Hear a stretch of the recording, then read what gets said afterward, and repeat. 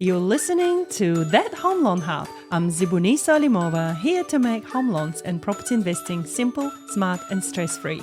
Let's get you closer to your property dreams. I love doing my new episode series at the moment of money stories, money relationships. How does money shape your life in the future? Whatever you experienced as a child. Today, I have my own Khouanchai Adams. Yeah. Khouanchai Adams. She is an advisor here with me, and today we're going to dig a little bit into her own life and into her personal story. She's not really comfortable with that. So bear with me, team, as I unravel what's inside this beautiful human's mind. So, Khouanch, hello. Kia ora. We're going to talk about your feelings. We're going to have a therapy session. Money feelings. Money feelings. Yeah. Leave all the other feelings at the door. I'm a Taurus, remember? Yes. Money feelings. Let's go back into your childhood and where you've come from. For those that missed out your original episode that we did over a year ago when you first joined, go back and have a look at that one. But More than a year now. more than a year now. Yeah. But let's look into your life. So tell us a little bit about where you've come from. Well, came to New Zealand when I was 5 as a refugee. So you can imagine, arriving into a country, both parents not speaking a word of English, and then also having to understand money management in a whole different new country, different currencies and everything like that is totally overwhelming, I guess, for my parents. But yeah, they kind of had to, I guess they were on the benefit for most of their life or most of my childhood, because not being able to speak a lot of English, it was hard to find a job. So money was very tight for us as children, yeah. How did you feel that money was tight? What did it look like? To be honest, I don't really remember. Like, my parents never made it feel like we didn't have money, sort of thing for me. Like, I was happy with whatever we had. So it didn't feel tight, but as an adult, I know that living off a benefit and having 4 children would have been hard at the time. But yeah, like, I never felt that it was tight until I probably hit college. Yeah. What did it look like in college? I think it was more like, you go to college and then you get to the teen years and, other people, other teens kind of end up judging you on what you're wearing and things like that. Like, you didn't have labels or, to match what the other kids had, or even the circle of friends or around you. Like, you end up comparing yourself to that. Yeah, and it's an awful age, isn't it? Because you're going through hormones, you're going through discovery of who you are as a person. And you just started a new school and things like that as well. You want to be liked. I mean, fundamentally, we're all humans. We want to be liked. Yeah. And you're suddenly in this circle of people and you're like, oh, I want to have friends. And who are my friends? Who are the people I want to hang out with? Yeah. And I think that's really, really hard stage. And if you suddenly realize that I'm not wearing what they're wearing, I'm not having the fancy backpacks and whatever. I was saying gadgets, and I'm like, hold on a second. You and I gadgets. are old. We're millennials, there wasn't really gadgets, but it wasn't, you just didn't have what they had. And it wasn't, I myself, now that I look back, didn't feel that I missed out or anything like that. So then I got to the age of 14, and back then you could work. You could get a job at 14. So as soon as I could get a job or land something, that was me. I was like, yep, cool, I want to do it, because I wanted to earn my own money. I wanted to go and buy those things for myself. What did you spend your money on? Interestingly, I think the first thing I spent on was a new pair of shoes that were labelled.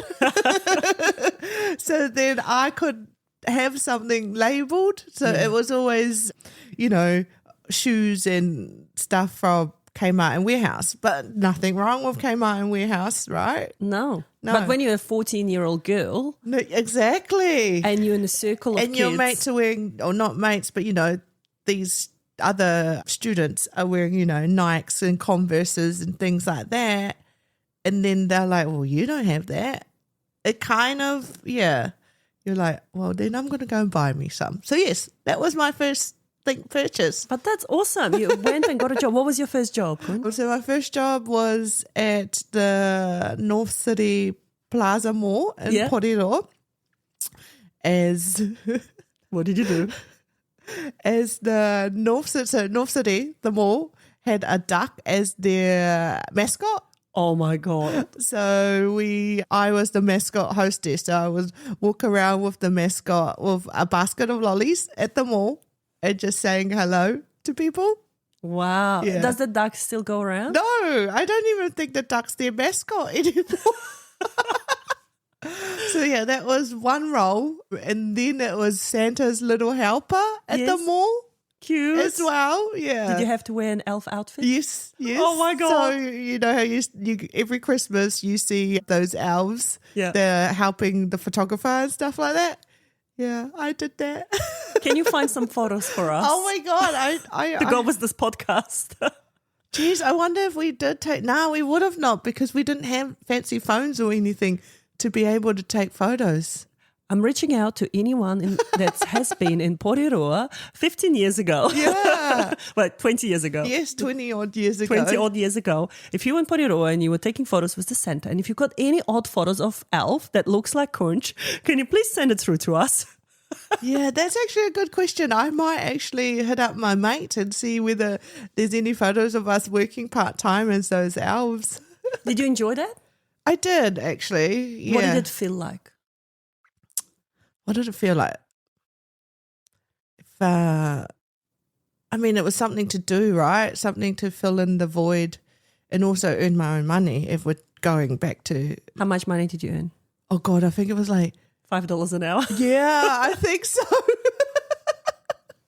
Yes, I think so. Even the other day, actually, come to think about it, even when, I grew up and then got a job at the age of 18 and 19, an actual full-time job, I think I saw one on my payslip and it was $8 an hour. Yeah. And that was like a lot of money back then as an 18-year-old. Yeah. Because that worked out to be what? How much? What are you trying to calculate? I think I earned like $300 a week or something. Yeah. And that was like a lot of money. Yeah. So I could go and finance a car. So I don't recommend doing that though. Save for that car. So yeah, finance a car. So I was able to buy my own car. And yeah, were you go out living flatting. Yeah, I was about to say, were you living at home at that time? No, so I left home before I was 18. Wow. Yeah, so I was about 17 when I first went out flatting.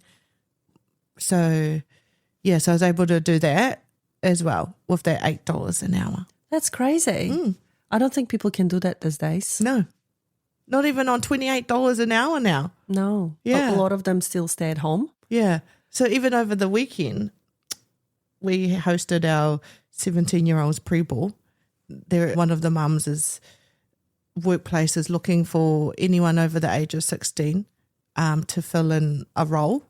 So we basically told all the kids that were there, you're taking your CV and you're going to apply for this role. And this role is $28 an hour. So they're looking for 3 weeks for people to do this role. And I'm like, I'll apply. yeah, me too. So it's 3 weeks, $28 an hour to do this. And I'm like, wow, 28 versus 8. Yeah. That's Right? a lot. Yeah. So they're all going to apply for this role. That's awesome. We can talk about that We later. can talk about that one. That's awesome. So, Khouanchai, going back for a moment in regards to your parents and stuff. So you went and earned money. Did you help your parents much? I pretty much did everything for my parents. So I was their translator. Like they actually brought their first home. Did they? Yeah. No. Yeah. So they actually was so financially savvy that anything they made or earned, actually they set aside and they actually had a deposit to buy their first home. Wow. Yeah. That's really cool. You don't hear that often. No. Coming as a refugee family, no English, no jobs. and putting aside every penny they had. That's Yep. incredible. Yeah, so my mum actually put aside enough for a deposit. I think it was 5% deposit maybe Yeah. back then as well, like 20 odd years ago. And they were able to buy a 400k house. Yeah. Yeah. And the interest rates were massive at that time as Yeah, well. I remember it being about 7 or 8%. I was about to say 10, to be honest. Yeah, 10 no, to so 12. they got in at about 7 or 8 Wow. at the time. And yeah, they brought their house. They actually brought a house with so little money. Did you move into that house with them? Yeah, so I moved in for about a year with them. So all four of us. So they bought this big, huge house in Paraparaumu, out of all places. You know, we moved from Poriro to Paraparaumu. They brought a 350 square house. Jeepers. But in view of having all four children still living at home. But as soon as we all moved there, we kind of got into relationships and then moved out with our partners and things like that. But that home became a foundation Yeah. for all of us, for all four of us as well. And we pretty much all ended up moving out, moving back home, moving out, moving back home, moving back with our, family, with our children Yeah. as well. So it was a good foundation for us to do that. Did you want to buy your own home? Absolutely. Yes. Did that act of your parents buying a house signal to you that that's possible for you as well? Absolutely. And I think it was also the benefit of me having a role in the financial industry as well.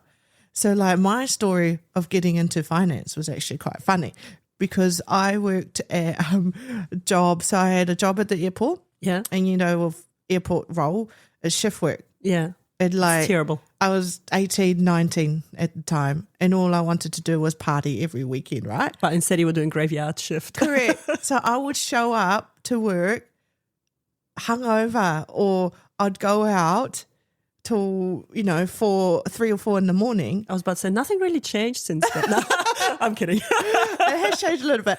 I would go out till that time in the morning, and then I'll go home, have a quick shower, then I'll drive to work.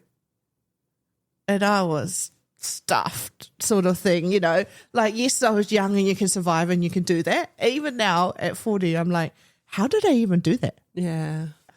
But yeah, so... So, and then you decided to go into more of a normal role. Correct. So I didn't want to do any weekends or public holidays anymore. Mm-hmm. And I just thought to myself, what can I do that doesn't involve me working that?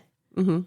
And I walked into one of the banks in Paraparaumu and I was just having a conversation with the tellers, and they're like, you seem like a really, good person with customer service. A very chatty girl. Yeah.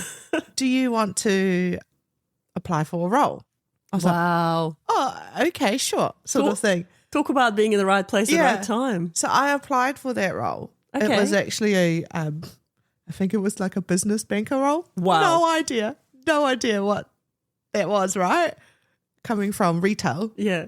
to that. And then, of course, I didn't get the role because I had no experience in banking, but that's okay.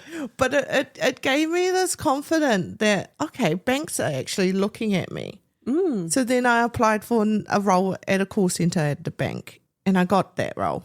Yeah. So I did that role, and basically from then that kind of started my banking career at 20. Wow. Yeah. And did that help you to get better with money? Like It watching did. people with their money and seeing people's accounts. Yeah. And who was good and who was bad Yeah. and what they were doing. Yeah. Did that help you? It to definitely shape? helped me be a bit savvy with Okay. my money, but I'm also a little bit of a spender as well because I have it. I'd spend some. Are you still a spender? half and half, I would say now. Yeah. Yeah. You worked on you. I worked on myself. Like even yesterday having a conversation with my husband going, oh my gosh, why are we spending and mostly it's food. It's food. And everyone is pretty much the same, right? Yeah, you and I are very similar. Yeah, it's the convenience of it as well. Just going out and we'll just go out because we've just, picked up our girls and now it's 7 p.m. and I haven't thought about dinner. Yeah. Yeah. So it's more of a convenience thing. I'm totally aware of what I'm spending, how I'm spending, but it's just to rein it in. That's step number 1 is being aware. Yeah. So you're already there. Yeah. It's step number 1. Yes. I think step number 2 is really turning it into action. Correct. And going, okay, what can I fix here? Where can I turn the dial? Just because I'm a financial advisor, I'm not perfect, right? Nobody is. No. In that sense. But I'm conscious and aware of it. So then I'll flick a switch and be like, okay, done, sort of thing. But then the switch can also flick off because we're like, okay, I need to pay for that convenient. Or mentally I'm like, I don't want to think about it. Yeah. I'll just go and pay for it. Yeah. Sort of thing. Yeah. What about Hayden, your partner? Oops, sorry, I just said his name. My husband, yeah. Your husband. How was he when you guys met, and how did he change over the time as well with money relationship? He was so good. Did you ruin him? So I call, he's the Scrooge in our relationship. So I call him the Scrooge. He was so good. Like he had so much saved at that age of, I think, when did we meet? He was 19. Cute. He had already brought his car that was like a $20,000 car outright. Whoa. Saved, cashed from his apprenticeship role he had at the time. Whoa. Yeah. He was really good with money. Okay. Yeah. And even now, he's still that Scrooge, but also he's at that point where he's like, well, I've worked pretty hard to earn these funds. If I want to do a little bit of discretionary fun, it's okay. Yeah. Because then he has the YOLO, you only live once sort of thing as well. And we kind of have to do that as well because sometimes life is a little bit short. Yeah. And we've all experienced that as well. Especially you guys. You guys had a really rough ride over the last 12, 18 months. Yeah, so we have seen how life can be so short as well. So again, it's like we can be savvy, but then we can be spenders as well. Yeah. Yeah. Yeah, and I think it's a good balance to have. Yeah. Like as long as you cover your basic needs of paying your mortgage, paying your bills, everything's paid on time, you're not behind on anything, then you can be going, okay, what else do we want to do with life? And I feel like you strike me as a very goal-oriented person. So you need a goal, I think, to save. Like if you know you can save for a holiday in Vietnam and you need 20K for that to take all your family. I'll be like, bang, let's do that. Yeah. Sort of thing. I know you will stop eating out and I know you will not buy those Gucci shoes. I actually don't own anything designer. Definitely a bargain hunter. Really? Yes. So a 14-year-old girl that went and spent money on labeled shoes Bargain is now hunter. a bargain hunter. As well. It was on a bargain. That's why I brought those shoes. I love it. I love it. Yeah. How do you train your children now to be good with money? Oh my God. That is the hardest. Because that's a good question actually. Because I am living my childhood through my children. Are you buying them stuff Yes. So they don't need? it's not that they don't need. So because I missed out on a lot, Yeah. knowing that my parents couldn't afford it as well, that now I live my childhood through them.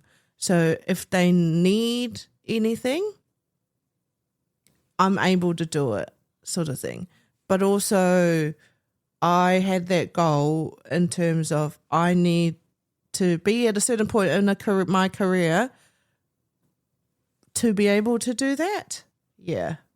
I didn't want my child or children or myself or our family to be without. Yeah. Yeah. So I kind of push myself in my career to be able to, yeah.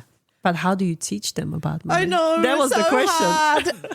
I think at the moment now I'm reining it in. I actually, my 13-year-old last night was, Mum, we need to do a Shein order. And I'm like, why? Wow.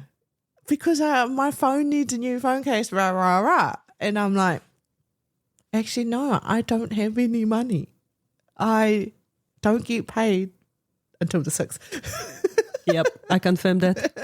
So I have no money. So I had to actually say that and go, I only get paid monthly. Mm-hmm. So we have to wait a whole month for my next one. Mm-hmm. Actually had to say that to her for her to understand that I'm just not a waterfall of money. You're not an ATM. Yes. So I'm starting to do that now. Like, this costs this much. We need to work this, out. We also had a conversation about when's the next holiday, because we didn't actually do one this year. And I was like to the girls as well, I was like, actually, I think your sister needs to get a job so she can pay for both your tickets. Because the thing is as well, your girls are quite busy with their sports and kapahakas, Yes. and you guys travel quite a bit for that as well. And that costs money. Costs money. And so is yours, right? You've got twice as many children as I do. Yep. So that's 4 times the cost, whereas mine is 2 times the cost. But yeah, just starting to do that now. Do you have Kiwi Savers for your kids? Both of them have KiwiSaver. Yes. Do they know what is Kiwi Saver? No, they don't. I haven't actually told them. But so the eldest is good with her money. I can see she does not spend. She's like her dad. Correct. Whereas the youngest. She's like mama. Correct. Exactly. Replicas are so crazy how they are. But so it's the youngest that we have to have more of a conversation with. Whereas the eldest, I know that once she signs up for this job, probably won't spend all of that. Whereas the youngest has already gone, oh, you could spend it on this, this, and this. Already putting ideas in her head. So we've got to just work on that. Yeah. It's hard. I think these days it's much, much harder to raise children. Like you and I had slightly different parenting and backgrounds and things like that. And now our kids, they experiencing a completely different life that you and I had. And they have everything they need. Mm-hmm. They've got everything they need. They don't need to suffer. They don't go without. And that's the issue, right? Because we don't want them to go without. Yeah.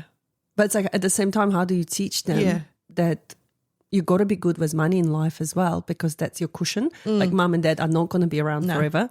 They're not going to cover your bills. Yeah. I think we're preparing our 17-year-old to be, hey, as soon as you hit 18, you're an adult. Like you're going to have to do things or earn things yourself. So I think it's slowly clicking, because obviously she took herself to this place to go and get her CV done and to be ready to apply for a job. So we're quite surprised that she did that, actually. We're like, oh, yeah. Yeah. Yeah. I mean, nothing is more satisfying than watching your children grow into adults, functioning adults, good human adults, that you don't need to worry about them in terms of, I don't need to rescue them. Like, obviously, you'll always worry as a parent for your kids. But if there are certain things, the basic things, if they can get that, that's awesome. I mean, I worry for my kids. I think they're massive spenders, because every time they get money, they're like off to the dairy shop to buy lollies. So we actually have to take money away from them. I call myself IRD. I said, this is your tax, because when you grow up, you have to pay tax. Yep. So you got to pay tax, you got to pay your rent, and then whatever money is left over, that's your lolly It's your money. spending money. Yeah. Yeah. And we've had those conversations already as well. We're like, as soon as you're earning, you'll have to pay a sport sort of thing. And then whatever you have left over, you put some in your savings, and then you can spend the rest sort of thing. Yeah. So we're already trying to have that conversation, because at the start of this episode, I said, I financed a car. Yeah. And I wish I didn't. I was about to ask you, what was your financial mistake in life? Financing that car. At the age of 18 or 19 or whatever you were. Yeah, because I had a full-time job and they would give me that loan. I wish I didn't finance that, and I wish I set aside that money and put it towards a deposit of a home earlier. Why? What impact did it have on you? I think it was more just a cycle of having loans until I got to the age of 25 sort of thing, to be going, actually, I need to stop topping up these loans and pay it all off so I can save my money to have a house deposit or to buy a house. Yeah. I don't think a lot of 18 or 19-year-olds think that far. I think they think now, right now, Oh, 100%. I want to have fun. I've It's got a here, flash car. there, and now. Yeah. Right? I wanted a flash car and I wanted it there and then, Yeah. sort of thing. So 100% they would have not. I didn't think about my future. Yeah. Yeah, definitely not. What's your future now? Do you have goals for the future? Of course, we always do. Yeah. Yeah, obviously, pay off the mortgage, travel a wee bit more, but also have some retirement fund, Yeah. That's as well. important. Savings and retirement fund. Yeah. Yeah. And how are your parents doing now? Well, mum and dad ended up selling that house. Dad actually lives with me, and I actually help him manage the funds that he had from his net sale proceeds. I love that because that's where I was sort of looping the circle that, parents bought the house and then they had you guys. And then as the parents aged, now your dad lives with you, which is so beautiful because you're paying him back for what he's sort of Yeah. done for you guys. Yeah, I guess so. Yeah. Yeah, that's nice. Yeah, so he lives with us, and then I'm helping him manage those funds. Helping him manage those funds. Yep. Okay. I hope they invested well. With good returns. Yeah. And that's another trouble as well these days, right? The property prices keep going up. Like, how do we help our children get on the ladder? So I did mention that I would charge my child board. Yeah. So that board money will go into an investment account or some sort of account that's actually going to end up going back to her Yeah. so she can use it for her deposit. I hope she has not listened to this episode. No, she won't. She won't go this far because it'll be too long for her. She'll give up. Yeah, she'll give out at the first 5 minutes. Awesome. Well, Khouanchai, thank you so much for coming today and sharing your story. If you had one message today to the listeners and the future generations, what would it be? Apart from don't get a car loan. Yeah, just save. It's actually faster to save your earnings than it is to repay the debt. Love it. Yeah, for our younger generation, just save for that flash car. Nice. And my Don't son, get a flash car, actually. Don't get just get one from A to B. a little run around. For me, I guess the message that as I've been listening to you is that it doesn't matter where you've come from. Like, it doesn't matter if you were a refugee family that you came in, you didn't have much in New Zealand, you didn't have rich parents to help you out. Like, you paved your own way. And I love that for you. Like, I love that you've got that character in you that didn't go, who is me? I'm from a poor family and I'm not a New Zealander and da-da-da. Like, you actually went, what the heck? That's my country now. I'm going to make it work for me. I want to achieve this. I'm going to go for it. Yeah. And I loved it for you. And I think this is a very important message for those that are listening and always worried about, but I don't have anyone here. I don't have rich parents. I don't have rich uncles and aunties. Well, Create your own path. create your own path. You can do this. Yeah. Beautiful. Thank you so much, Khouanchai. Thank you. See you soon again. Bye. And that's a wrap on That Home Loan Hub. Don't forget to hit subscribe and join me next time for more property tips and tricks. Your next smart move starts here.